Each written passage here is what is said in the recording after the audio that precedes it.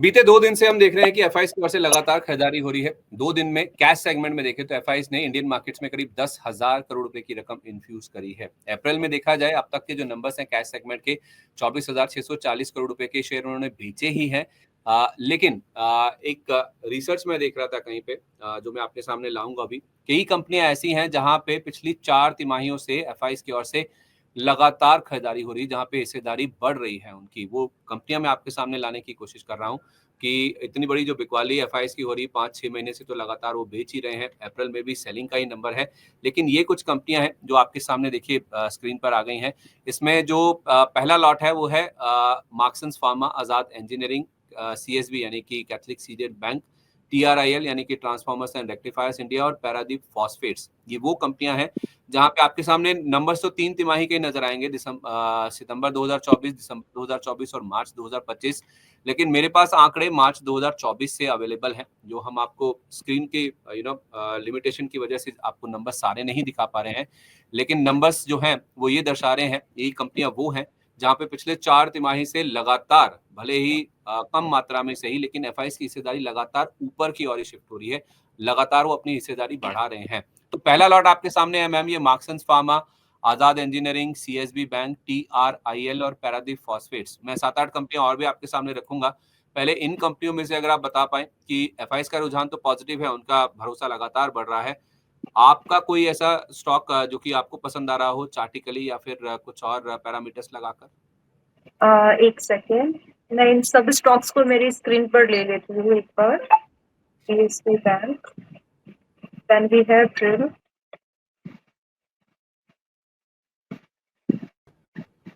ट्रिलेंस, TRIL, transformers and rectifiers India. Trilens नहीं है ना? ट्रिल है, Tril, TRIL, transformers and rectifiers India.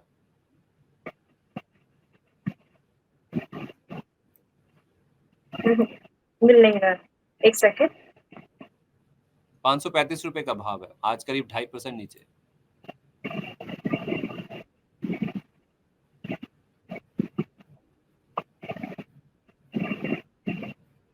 ट्रिल से और ट्रांसफॉर्मर से नहीं मिल रहा है मैम कोई बात नहीं, स्किप कर दीजिए, हमारे पास समय कम है, अगर आप जल्दी से व्यू ठीक दे है। पाए। And Paradip, yes.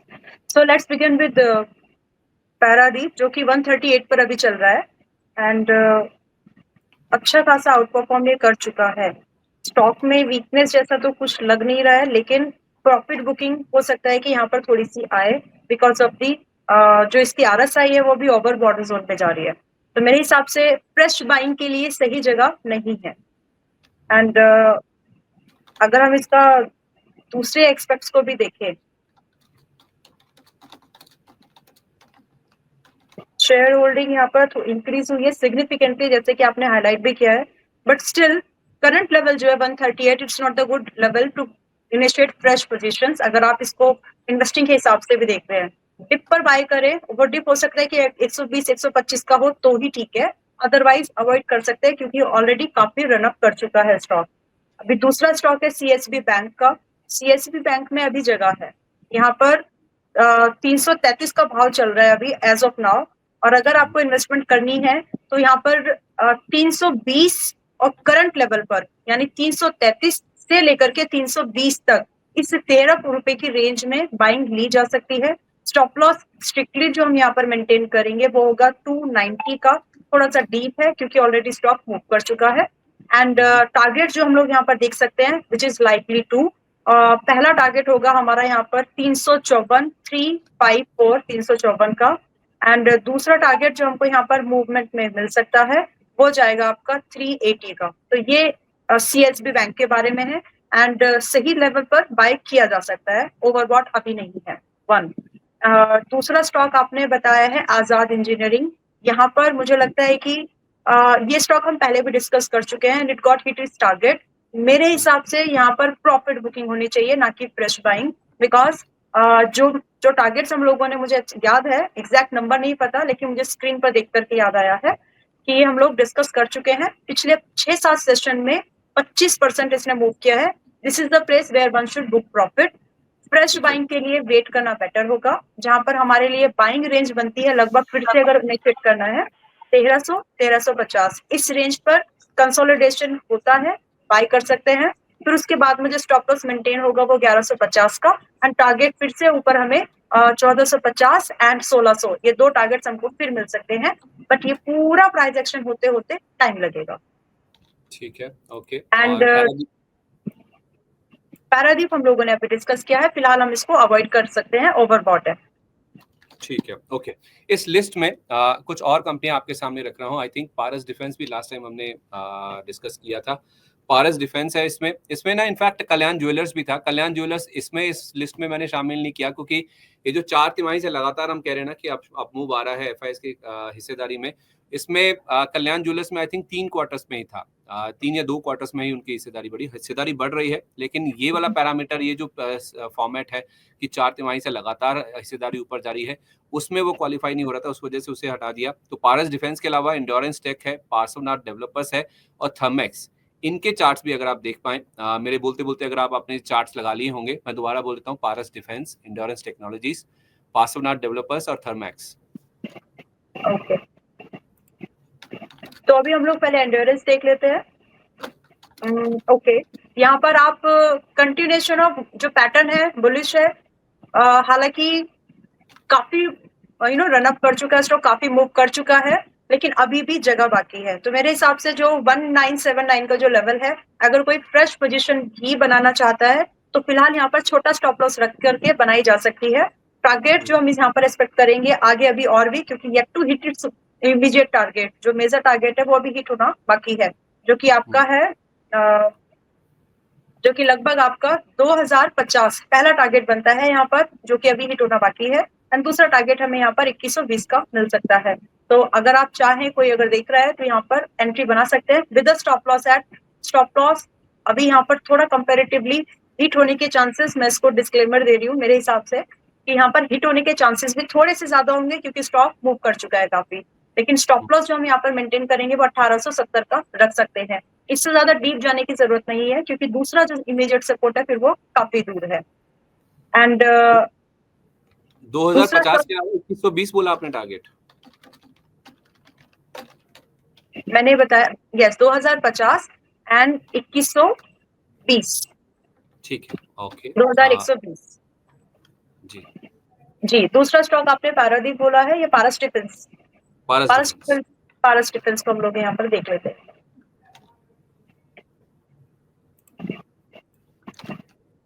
ओके, देखिए पारस डिफेंस में मुझे लगता है कि अभी थोड़ा इमीडिएट लेवल पर, विच इज 1360 सही लेवल नहीं है बाय करने के लिए। यहाँ पर अभी आपको और थोड़ा सा करेक्टिव मूवमेंट मिल सकता है अच्छी बाइंग लेने के लिए। स्टॉक फंडामेंटली ठीक है, अच्छी जगह पर बाइंग लेने की कोशिश करें, और वो लेवल मेरे हिसाब से बनता है 970 का। एंड लगभग दूसरा जो रेंज बनती है वो बनती है लगभग 1000 की। 970 से 1000 के भाव पर बाय कर सकते हैं। स्टॉप लॉस हम लोग यहाँ पर मेंटेन करेंगे, जब लगभग आपका आता है 870 का stop loss. And after a consolidation यहाँ पर टारगेट मिलने की जो पॉसिबिलिटीज इंक्रीज होंगी, वो पहला टारगेट हमको 1100 का मिल सकता है, I still on that one. और दूसरा टारगेट हमको यहाँ पर 1230 का मिल सकता है। 1100 एंड 1230 ये टारगेट हो सकते हैं यहाँ पर, लेकिन करंट लेवल पर नहीं। 1100 1000 से लेकर के 970 की रेंज में बाय ले। करंट प्राइस है 1037 का। अच्छा, थर्मेक्स में तो एफआईएस अभी भी आप देखेंगे पिछली तिमाही में जहां 15.5% होल्ड करते थे, मार्च तिमाही का नंबर आया ऑलमोस्ट 16% के आसपास का। पिछले एक साल में देखें, क्योंकि मेरे पास मार्च 2024 के नंबर्स भी हैं, 12.25% के आसपास उनकी हिस्सेदारी थी, जो बढ़कर अब 16% के आसपास हुई है। तो पार्श्वनाथ डेवलपर्स में तो हमने देखा है कि पिछले साल की इसी तिमाही में 0.16% स्टेक था, जो अब बढ़कर 4.5% पर आ गया। तो पार्श्वनाथ डेवलपर्स और थर्मेक्स में कोई गुंजाइश नजर आती है चार्ट्स पर, इफ एट ऑल बाइंग की? सिर्फ इतना बता दीजिए। थर्मेक्स में देखिए लिमिटेड एक्सपोजर के साथ एक बाइंग मोमेंटम बनता है, लिमिटेड एक्सपोजर वर्क, जिसमें कि अगर आप बाय लेना चाहे तो आप कोशिश कर सकते हैं 3250 से लेकर के 3350, यानी अगर कहा जाए तो ये बाइंग रेंज में ही है। तो और इसके अगेंस्ट में जो हमको टारगेट यहाँ पर मिल सकते हैं पॉसिबली, वो 3500 का पहला target we can see here. And दूसरा टारगेट फिर थोड़ा और दूर है और बड़ा भी है कंपेरेटिवली, जो कि 3810 का आता है। ये दो टारगेट्स हमको यहाँ पर मिल सकते हैं, बट कीप एक्सपोजर लिमिटेड अभी भी। और यहाँ पर जो स्टॉप लॉस हम मेंटेन करेंगे वो 3100 का स्टॉप लॉस मेंटेन करके चल सकते हैं। एक्सपोजर लिमिटेड रखें, क्योंकि ऑलरेडी स्टॉक जो है थोड़ा सा मेरे हिसाब से उतनी स्ट्रॉन्ग फॉर्मेशंस नहीं है जितनी होनी चाहिए, तो इस हिसाब से थोड़ा सा लिमिटेड एक्सपोजर के साथ we can go with it. अच्छा, ठीक है। पार्श्वनाथ में कोई मूव बनता है जल्दी से, अगर आप देख के बता पाए। Parshvanath corporation, okay. Parshvanath developers,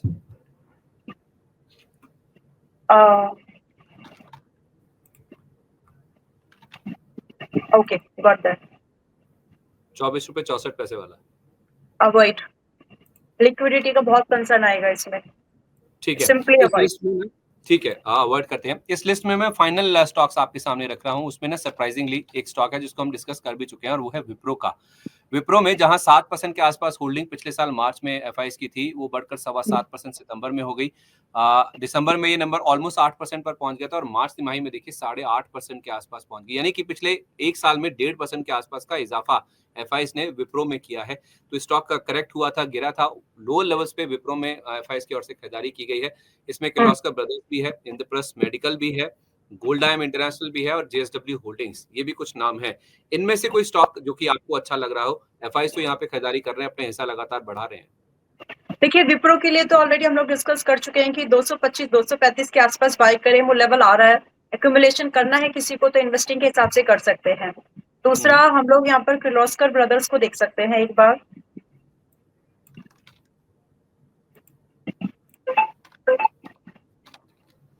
यहाँ पर हो सकता है कि अभी हमें थोड़ा और एक लोअर लेवल देखने के लिए मिले, चांसेस कम है, लेकिन अगर मिलता है तो एक्यूमुलेट कर लीजिए। करंट प्राइस है 1640 का मेरे हिसाब से, और यहाँ मेरे हिसाब से जो मुझे एक लेवल दिखता है कि अगर यहाँ पे 1450 आता भी है तो एक्चुअली वो डीप हो जाएगा, मतलब इन्वेस्टिंग के लिए लोग उतना डीप कर, it's not ideal, let it be. मेरे I think let's go with a breakout strategy in this, because वो बहुत डीप है तो उतना पेशेंस लोगों में होता नहीं है।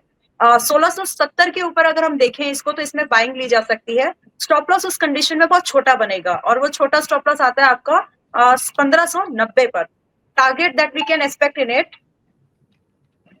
जो टारगेट हम लोग को यहाँ पर मिल सकता है वो 1700 का पहला टारगेट हमें मिल सकता है, दूसरा टारगेट हमको 1750 का मिल सकता है, उतनी ही एक्सपेक्टेशन है। स्टॉप लॉस यहाँ पर जो मैंने दिया है लगभग 1590, दैट विल वर्क। इससे ज्यादा नीचे जाने की जरूरत नहीं है, बिकॉज फिर वहां पर सेंटीमेंट ऑफ द प्राइस है वो चेंज हो जाते हैं।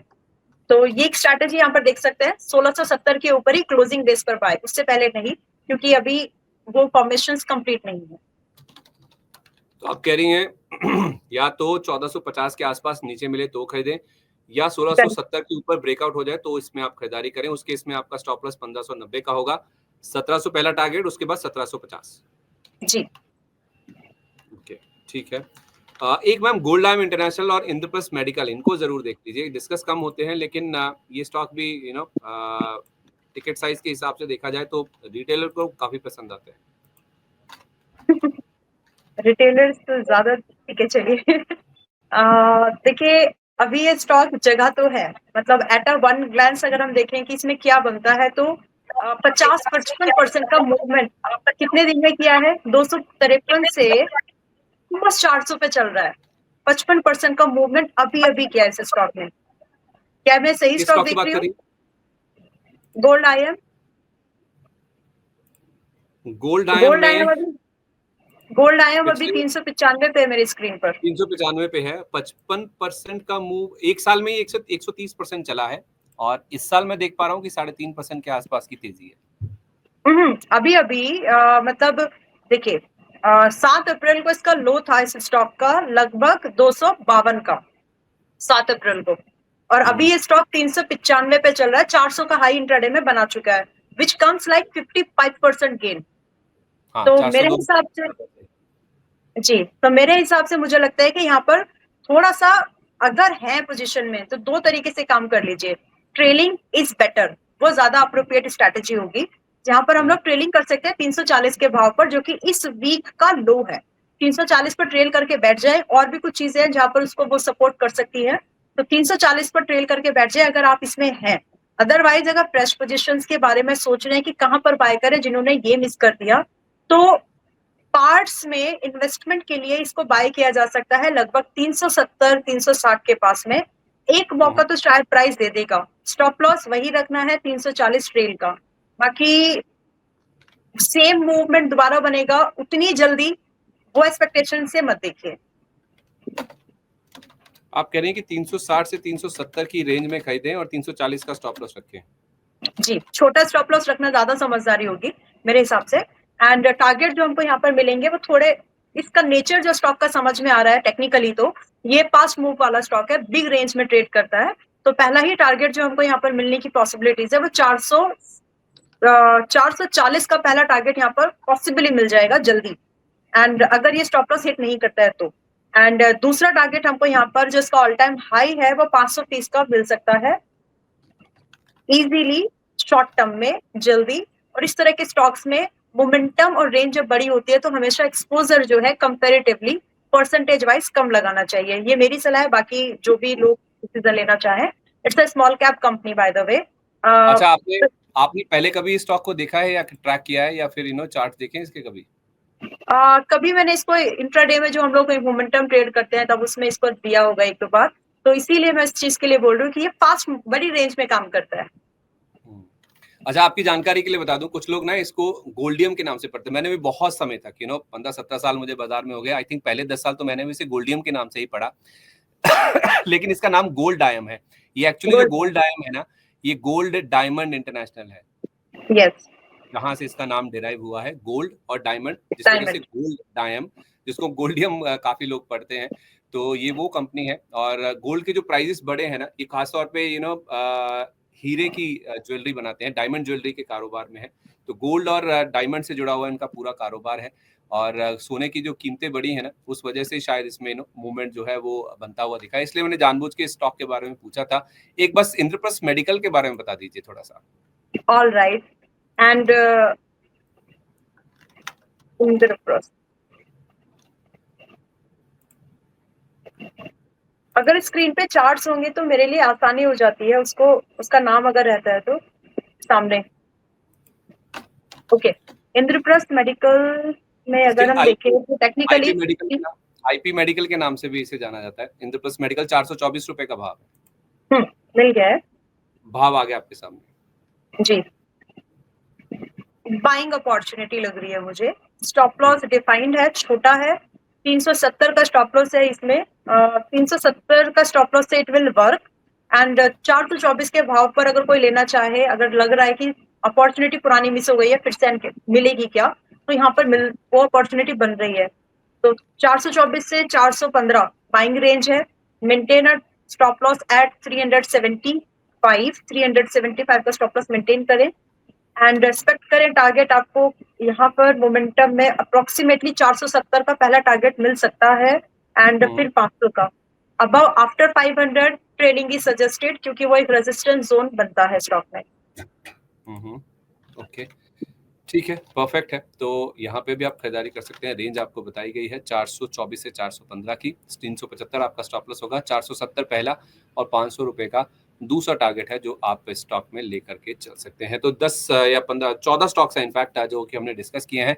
उनमें से कुछ स्टॉक्स जो आपने गिरावट में या फिर रेंज में खरीदारी करने के लिए नाम बताए हैं वो है एंड्योरेंस टेक का, इसके अलावा पारस डिफेंस, थर्मैक्स, किर्लोस्कर ब्रदर्स, इसके साथ साथ गोल्ड डायमंड इंटरनेशनल और इंद्रप्रस्थ मेडिकल। ये कुछ स्टॉक्स हैं जहां पे आपने कहा है कि खरीदारी कर सकते हैं।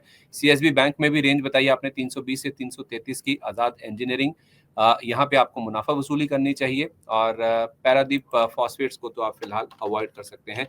तो ये हो गई बात आज के हॉट स्टॉक्स की, जहां पे पिछली 4 तिमाही से लगातार एफआईज ने अपनी हिस्सेदारी बढ़ाई है। लेकिन क्या आपके लिए भी इन शेयरों में खरीदारी करने के मौके हैं, या आपको दूर रहना चाहिए या फिर मुनाफा वसूली करनी चाहिए?